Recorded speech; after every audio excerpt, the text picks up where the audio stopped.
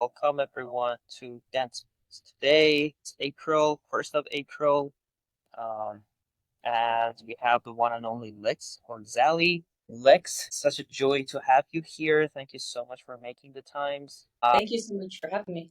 If you can introduce yourself, it's my very first time. It's been only, I guess, a minute and a half that I've seen you. So both introduce yourself to me and also the audience. That'd be great. Yeah, of course. My name is Lex. I am the marketing manager at Vision Dental Partners, where we have 9 dental offices that I get to play with. I have been in the dental industry for about 13 years, started as a receptionist and worked my way through all positions except for doctor and hygienist and fell in love with marketing. So that is my home and what I love. That's amazing. Why marketing out of all the Well, it's a good thing. yeah, it's like the fun position for one. When you walk into the office, no one is sad to see the marketing gal. So everyone has a smile on their face. They're really excited to see you. They're engaged. They want to chat with you and have fun. And then two, I love the creative side of it. So getting to be creative when it comes to strategy, when it comes to implementation, design, all of it, I absolutely adore. And what's your game with the 9 clinics? You said I play with the 9 clinics that we have. To play with them. Yeah. To marketing is like, well, like chess, but moving around a ton of moving pieces all of the time. So when I say play, like I am literally never bored when it comes to marketing for these locations because there's something different I can try every single day to try and get more patients in and tweak the patient experience, make sure our socials are fun and different and engaging. There's just so much that I can do in the marketing department. So, it's never boring. Yeah, that's awesome. The one thing that Mikhail mentioned, I was just telling we had her on for the second time. She mentioned that you guys are actually in the business of marketing rather than dentistry, and you guys are trying to build out a marketing company and then just help the dentists along the way, essentially, to be able to market themselves. That's right. Why did you guys think? Why do you think that's such an important factor, especially in the market that we're in now, so that it's such a crucial thing to have that personal branding behind what you're doing? Because dentistry is dentistry, right? Everybody does dentistry, but why do you think that branding has become such an important factor for the success of a practice or the DSOs or the industry in general? Yeah, well, it's something that's going to set us apart from all of the other groups in the industry. We are focused, so we are a media company that just happens to do dentistry. And so our goal is to create local legends at the practice level. And if you look at today's society, how we are, we're constantly on our phones, scrolling, looking things up. And so people are on their phones and we want to meet them where they're at. So it's really important for us to get into the practices and start creating content so that we can build our community of people who know who we are. If we didn't, then I think we would get lost in the sauce and just be like any other normal dental office. But this is really like what sets us apart from other people is that. No, that's absolutely. I think we were just talking to, as you know, Sarah is part of our team with Dentment marketing and things like that. And the one thing that we always talk about is that the personal branding has become such an important factor. And I think, as you know, you guys are doing an amazing job to position yourself in a way that absolutely is different. And I think it's so crucial to be able to kind of haul on that and just be able to kind of find the success, because a lot of time patients actually appreciate the fact that they find you on YouTube, they find you on here, on there. So like people actually like look for those kind of things. Like you said, we're all on our phone and constantly trying to kind of see what's the next big thing or what's the next viral thing and all that. And What as is fun. Sorry, go ahead. I Go just ahead, want to please. add to that, as much as we like to pretend that the dental office is not a terrifying place for most people, humanizing our doctors, our hygienists, our assistants, anyone who's going to be treating a patient clinically is essential because it builds authority, it builds trust, and it helps ease patients' fears before they ever walk through the door. Yeah, So it's no, just, absolutely. yeah. That's so important. You're absolutely right on that, because I think It makes all the difference when it comes to that patient interaction and all that. So when you guys, for example, I know you guys just acquired your ninth practice. When it comes to the marketing, what are some of the strategies that you guys use out the gate to ensure that kind of like that marketing is kind of aligning with what you guys are doing at Vision Dental Partner? So what are some of the things that you do in your role to make sure that, before you guys even kind of hit the ground running with acquiring that practice, that the marketing is up apart? How do you get the doctor to kind of come on board with that and stuff? So what are some of the strategies that you guys use on that? Yeah, so I'm doing three things with this practice, and I would say it kind of depends on the practice and what their digital footprint already looks like. But I'll just speak for our ninth location that we just brought on board. The website is pretty out of date. So that is number one, I want to get them a new website. Number two, I want to focus on optimizing their Google My Business profile, listing all of the services, updated pictures, making sure that we have automatic Google review text going out so that we can boost that local SEO. And then, of course, content creation. And this is where I really have to build a strong relationship with one, the practice manager, and the doctor to basically communicate the vision to them of what this can do for their practice and what it means for new patients, and get them excited about it. Because most people, like, they don't like going to the dentist, they don't like being on camera. So it's my job to work with them and coach them to create awesome content. But those are the three things that I'm doing right now. We just acquired them March 1st, so it's been a fun month. Lexi, Hedda, you mentioned about marketing being the basically the most fun career out of all the different fields you could do in dental practice. What are some of the funniest moments you've had with patients or anything that Funniest made you moment? really laugh your lungs out? Okay, so I did ortho for a little bit. I had an ortho office, and those kids were hilarious. First of all, they don't mean to be hilarious, which is even funnier. Just the way they talk, the way they act, it was always like I would walk out of the room like, what just happened? Like, I feel like I was talking to an alien. So I loved working with my orthodontic patients. They were the absolute best. Dentistry, the patient side, well, I don't know if I want to say this, but they're not that fun. You really have to build strong relationships before a dental patient is going to like joke back and forth with you. Their first couple visits, they're really reserved. They're not the real them. But once you break down that barrier, that's what I love the most, is breaking down that barrier and actually being able to have a connection with the patient so that when they come in, it's more jokes, it's more laughing, and less crying and dreading their procedures. So that's great. Something that we started doing in our podcast for the last 3 or 4 podcasts is basically role play. So we bring on people with different expertise, and then we act as their clients, and then we ask them to role play with us. So suppose I'm a very angry patient, and you want to make me come into the mood, break the ice, and basically make me laugh, and turn me into basically a patient of your clinic, another clinic. Do you want to do that? Like, shall we? Yeah. You put Lex on the spot. I don't think she's up for this massive. No, let's give it a whirl. Like, why not?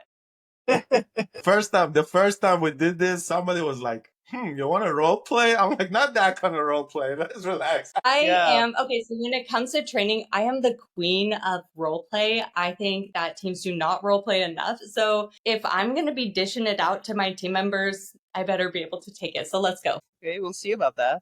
All We'll right. see who's better at role play. I'm getting angry already. All right, so let's start with this. I gotta I want to do a root canal, and I'm looking for a clinic, and then I call you guys up, and then I'm on the phone and I'm talking to you, and I'm like, I don't know, the last time I was with the doctor, he screwed my tooth up. Are you guys gonna make sure that this is gonna work fine for me? Masood, I am so sorry to hear that. That's awful that you had that type of an experience. What I can guarantee is that my doctor has 20 years of experience and dealing with root canals. He is an expert. He is going to take such great care of you. Let me go ahead and get you scheduled with him immediately so he can take a look and see what's going on, and we'll get you taken care of, okay? No offense, Lex, but that's exactly what the other receptionist told me the other the day. They were like, we have the best doctor. This doctor has been practicing for the last 100 years, and he's done all the different treatments. Mhm. Sorry, how can I trust your doctor based on that? Well, you don't have to trust my word for it. Just go on to our Google listing. You can search for us on Google and you can see the thousands of Google reviews recommending our doctor and saying how amazing he is. So you don't have to take my word for it. You can take theirs. Okay, so how does it work? What's the process like? So what we'll do is we'll get you in for an exam with the doctor. Our team will take an x-ray of the tooth that's bothering you, and then he'll sit down and show you the x-rays, show you the pictures, and then talk about the plan that is going to be best for you. How's that sound? Okay, short and concise. Yeah, easy Just peasy. something thing in the cloud on the side. I really love how your tonality when you're talking to me, no matter how angry or nervous I am, your just the tone of your voice, the sound of your voice makes me feel calm. Because and you keep Oh, it consistent. Like that's a very good thing. that's awesome. Yeah, phones are extremely important in marketing. Marketers don't necessarily always focus on the phones, but they are, I mean, that's the first point of contact besides all the digital, the social media, but this is the first point of contact that they're having with each of the locations. So if those phones and your team members aren't on point and provide a good experience over that, the patient's going to be lost. They're not going to trust you when they're going to come in, and they're going to be angry when they get in instead of feel better and taken care of over the phone. You mentioned So that's where thank you you. started, right? You started with phones and being a Yeah, receptionist, and then you moved yeah, yourself up to receptionist. market, right? And that's basically the area which you get the most interaction, or let's say you're basically the first point of contact with the patient, and it Yes, gives you the most exactly. hands-on experience. Yeah, every person in the office is a part of marketing. The phones, when we do the tour of the office, that's marketing. When we interview the patient, when we present treatment, when we present financial options, when we schedule, like all of that is marketing and it's passed to different team members. So it's really important to train every single team member on that experience and often train them often and role play a lot. So that way each person is delivering high level experience to the patient. And is it supposed to be fun? I mean, I've been in customer service role before, and I've always trying to be funny, but clearly my managers never liked it, and I got fired from those roles 3 times. Should you like what's the distinction between being professional and being funny? I think it's read the room. There are times in a dental office where, like a patient who's in pain needs a root canal, they do not want all the fluff. They don't want that relationship initially. So it's our job just to be calming, reassuring, get them in, get them out, be efficient. And then when they come back because they felt good at that appointment, then that's our time to build a relationship. And that's the time when you can be funny. And that's the time when you can crack jokes and laugh and make fun of them. But I would say I would not fire you for being funny in customer service. Well, you don't, but other people clearly do because Give me their number. they I'll talk to have. them.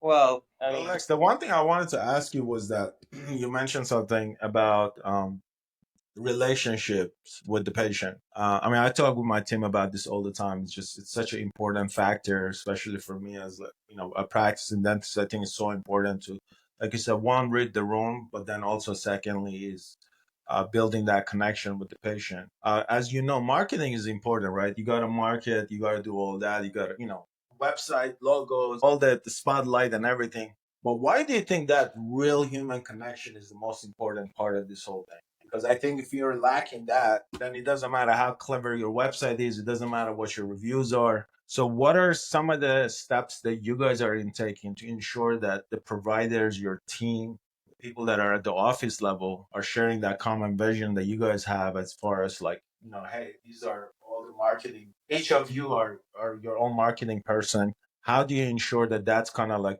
coming down the chain correctly? And how are you ensuring that they're building that real connection with the patient?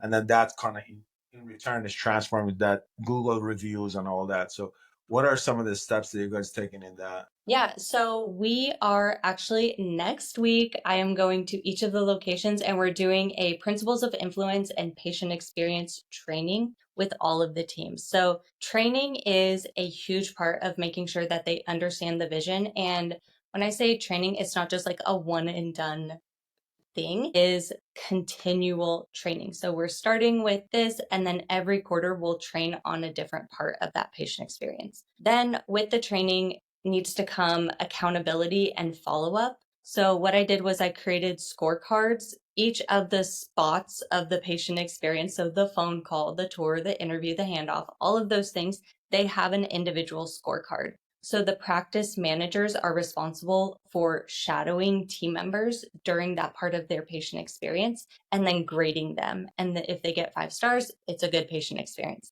If they don't, then that's some coaching opportunities. And this ensures that every single person on your team is on board with the patient experience. Because if they stray from this, then like they're not really invested in it and they either need coaching or it's just not a good fit for them. So lots of training, lots of role play, lots of follow-up. And the KPI that I track to make sure that training is successful is patient referrals. Because I know if a patient has the most exceptional experience in one of my locations, they're going to be telling their friends. And you can tell the offices when you go into them where the patient experience is amazing, they'll have like 50 to 60% of their new patients are internal referrals. So those patient to patient referrals. Lex, I had a question about your job, about basically how you guys handle it internally. Besides being fun with patients, how do you make sure that you are fun within yourselves and you keep the work engaging and it's something that every day you want to wake up and walk into? Because from the sound of your voice, like I can say that it's a very good thing. Like when you're talking, you make me want to forget about all of my problems. It's just so soothing and so peaceful. So how do you keep that? How do we do it within our teams? So morning huddles, number one. And it's the practice manager's responsibility in the morning huddle to have the energy for the day. And all of them, we communicate with all of them at the practice level. Like, this is an expectation. You need to come bring the fire in the morning, have great energy. And we do like fun celebrations. So dental assistant week, hygiene week, doctor day, donut day, things like that. Things like little surprises for the team are really fun. Another way is shout outs. So I encourage all of the team members to give each other shout outs daily. We also have on Paylocity is like our HR management platform, which is really cool. There's a area where you can put acknowledgments in there and you can call people out for great work. So anytime I'm having a discussion with a team member and they say, oh, so-and-so did such an amazing job with this, I will instantly go to Paylocity and give them a shout out because people just want to feel seen, acknowledged, heard at work. They want to feel like they're making an impact and creating value. And acknowledgments, I think, is a huge way to just let your team know, like, hey, you're doing a great job. Keep it up. Often And do in you get turn, shout outs yourself? do I get shout outs? I haven't got one yet. That's Not possible. on Paylocity. So I do sometimes on LinkedIn when I post content, I'll have team members go and shout me out, which is like this one team member, I'll give her a shout out. Heather, she gave me the most heartfelt shout out on LinkedIn. And I took a screenshot and I sent it to all of my family. And I was like, look how sweet my team member is. My heart was going to explode when I read it. So that's my most memorable shout out. Well, we'll But give you a shout out here, Lex. You're doing an amazing job. thank you. And Lex, how many shout outs have you given out so far? So we just got Paylocity like in February. Sorry, what is Paylocity if you don't It's like an HR management platform. So it helps us with time cards, time and attendance, taxes, like so they can see their paychecks. But it's also, like I said, great because you can give shout outs on there. So there's like a little community board where the shout outs like come and it's like Google reviews basically, but for your team. People put like 1-star reviews on their Not yet, but it's my job to manage that and make sure that I'm addressing any concerns. So if I ever saw one, it would just be part of the job. I would handle it. And is it anonymous Lex, or go sorry, ahead, Listen. Milad? Is it Go ahead, anonymous when you give a 1 star to someone? Like if I don't like Milad and I'm just I trying don't. to clearly I if don't I even know know if you can give sorry. 1 star. I think you can only do positive. It's Oh, like that's not good. acknowledgments. Maybe they could have like a nasty comment, like this person doesn't do their work, but I don't think anyone would ever do that. I can't see any person on my team saying something negative about another person. I don't think it's gonna work out between me and Milad. As for us it's not always positive. or definitely any negatives you want to point out? It's playing games. We have fun. We do stuff together. It's fun. We get along here there. For sure. Time will tell.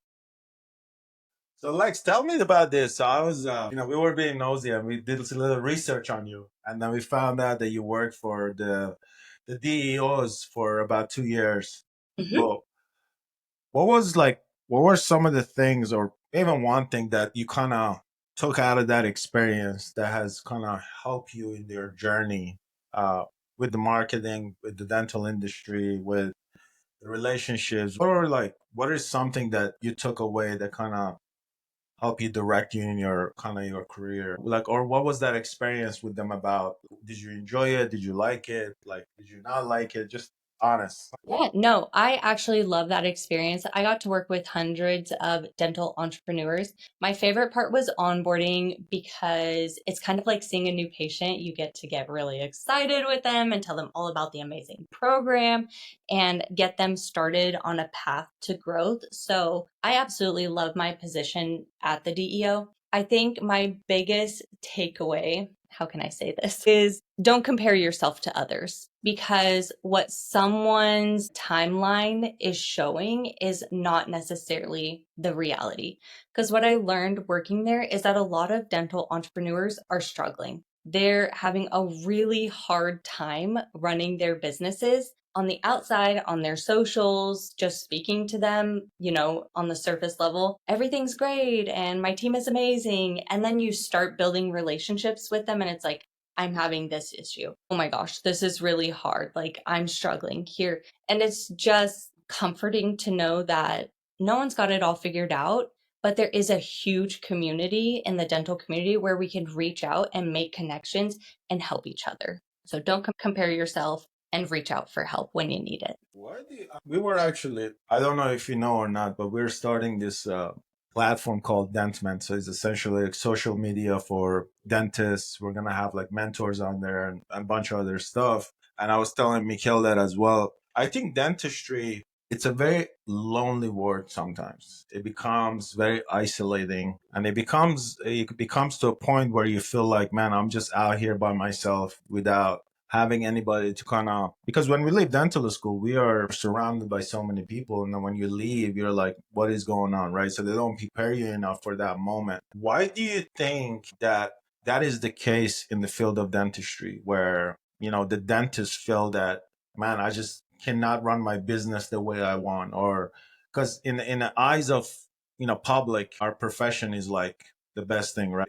But in reality there are a lot of the stressful things that is happening behind closed doors. So why do you think that's the case when it comes to dentistry? Because I mean, I'm sure it's the same in the medical field or the other fields in medical or healthcare, but in dentistry in general, why do you think that it's the case where the dentists are struggling to run their business correctly? Is it like the lack of the business knowledge, or what do you think it is? I mean, in your opinion, what do you think it is? Lack of business knowledge for sure.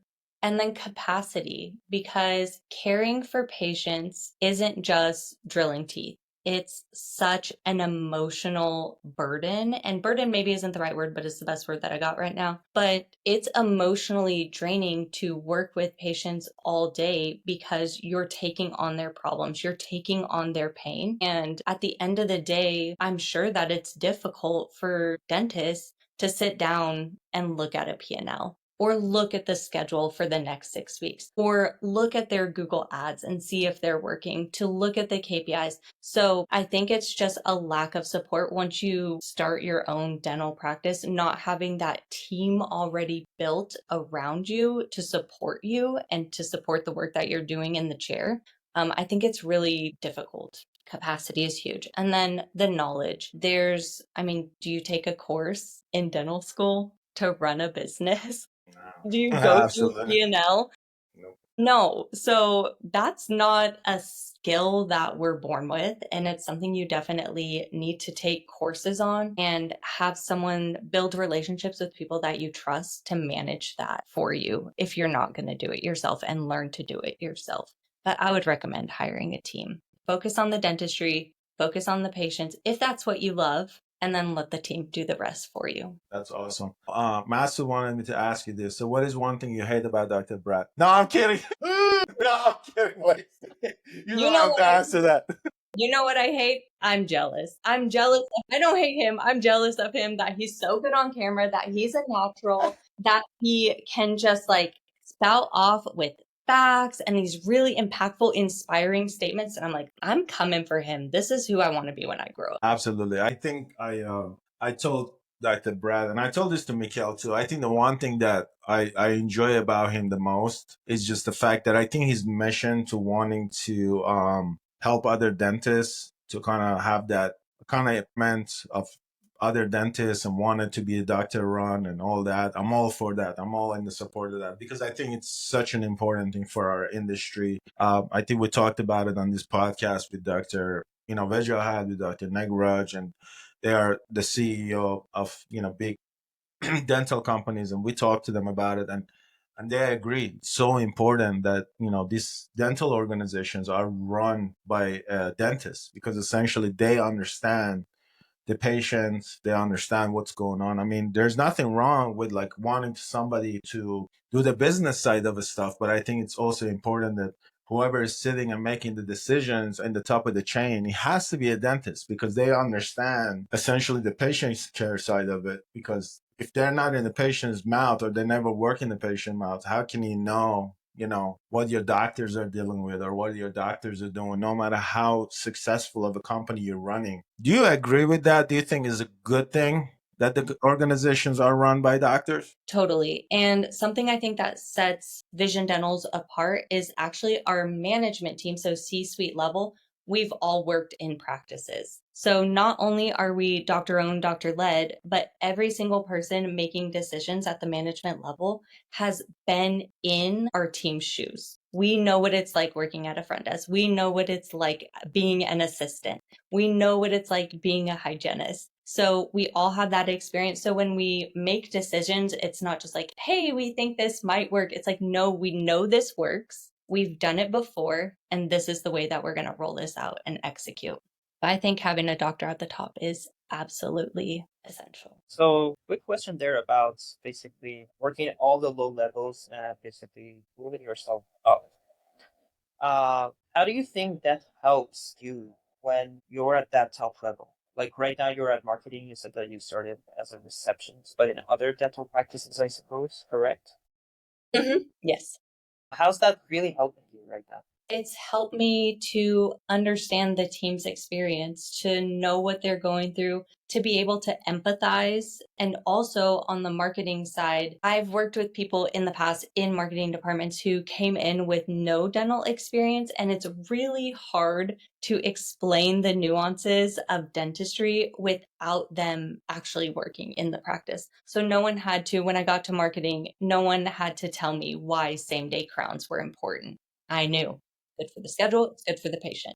No one had to persuade me that clear aligners were good for the business. Like, I know, I've seen it firsthand. So it's very like easy to be on board with marketing when you have that experience in the clinic and can empathize with the team and know like, hey, this is hard, but here's what I would do to make it easier, to make it better, to make it more efficient, to be able to coach them. And what's your relationship like with Dr. Hughes? What do you think about him? And what does he think about you? In the reverse. He says all nice things. He's way too nice. Sometimes I want him to be harder on me. Maybe I'm going to regret saying that, but he's he's like tough on the outside, soft on the inside. He has such a big heart and cares about not only how we do professionally, but like how our lives are personally. So he cares about us as a whole person, which is just huge. When you're working closely, I mean, speaking to him almost daily, you want that person to like get you, to understand, to know your weird humor, to get those jokes. But he's a great person. Yeah, I don't want to say blessed. I'm so blessed to work here, though. I love it.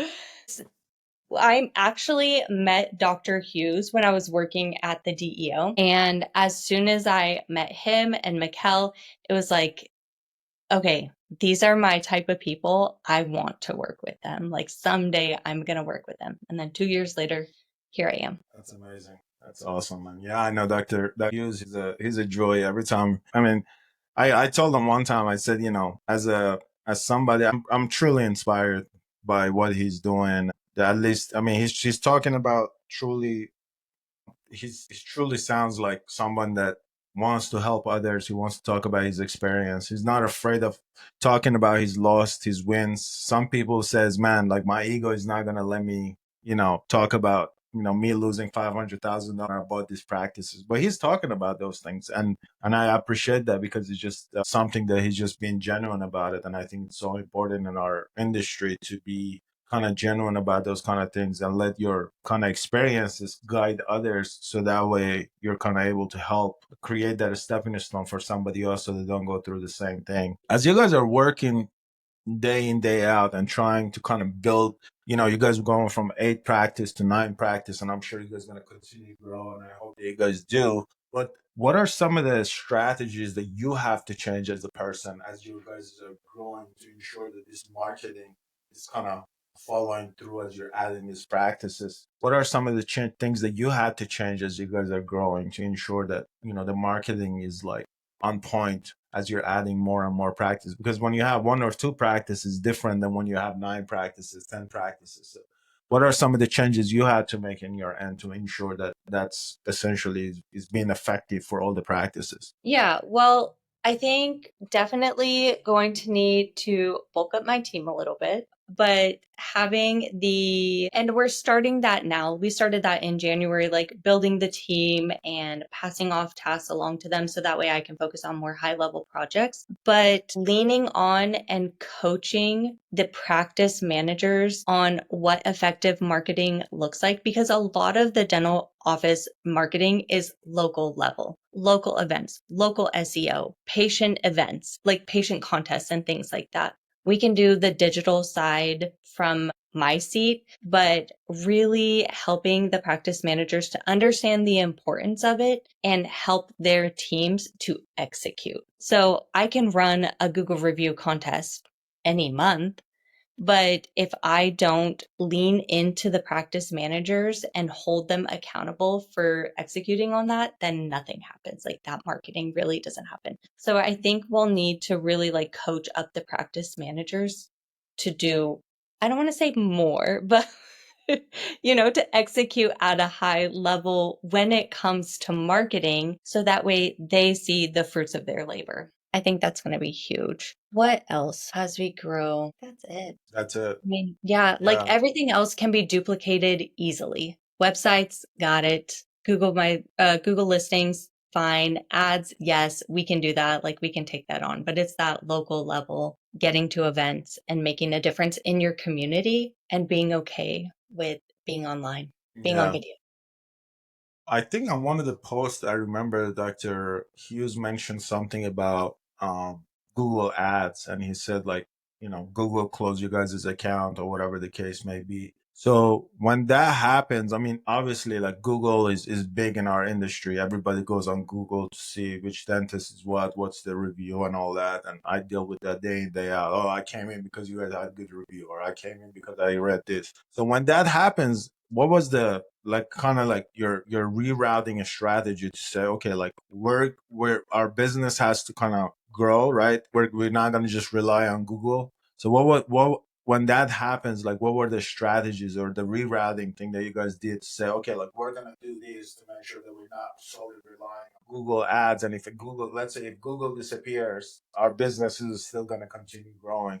So what the strategies do you guys put in place to ensure that if that does happen, that you're not going to run into the similar problems? Yeah, that is the whole point of this patient experience training that I'm doing is we shouldn't rely on Google for patients and they should come from other patients. Patients referred are high trust patients, and that's the type of patients that I want. So I wasn't here when that happened to Dr. Hughes, thankfully.